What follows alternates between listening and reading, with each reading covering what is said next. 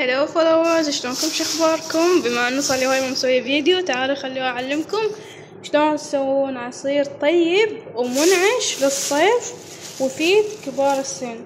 طبعا هذا العصير انا متعودة اسويه يعني من زمان امي وابوي، لان هم يعني يحتاجون هاي الفيتامينات اللي موجودة بهذا العصير، ولين همين هو منعش. بصراحة يعني من افضل العصائر اللي اسويها لامي وابوي.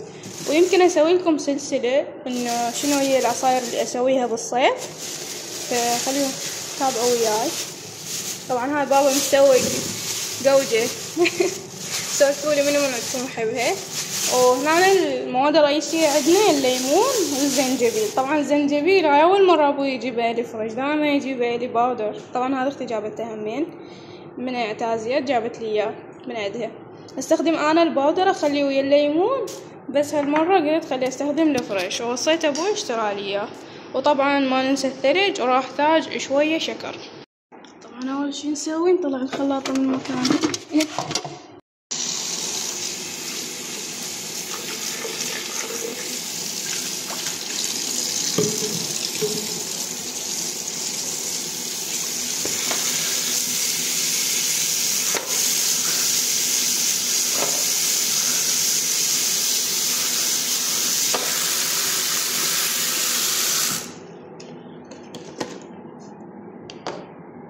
هسه قشرت الليمون بهالطريقة هاي، وعادي يظل من عنده شوية من القشر لأن ينطي لون وينطي طعم وينطي فوائد من زيت الليمون.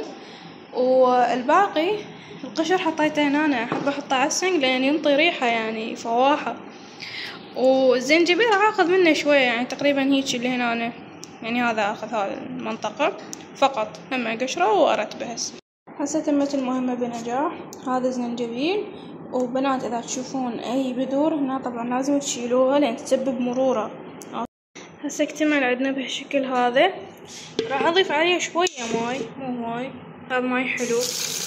أضيف عليه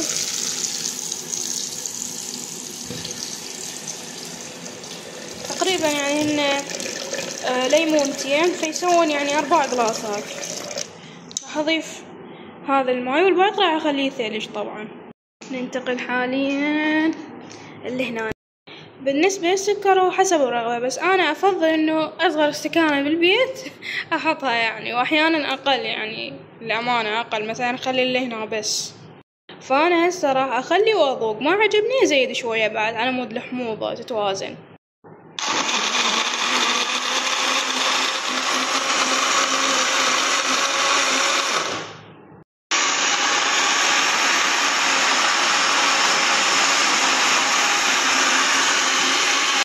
حاليا الأمور أوكي.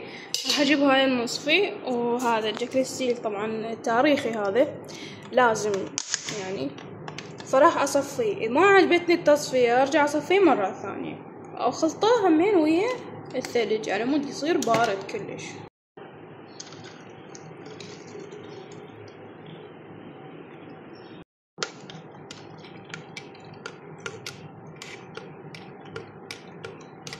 هسه بنات وصلت لها النتيجة هاي. راح مرة ثانية هذا الجك أغسله وأخلي بيه الثلج وأدور عليه اللي موجود هنا اللي صفيته.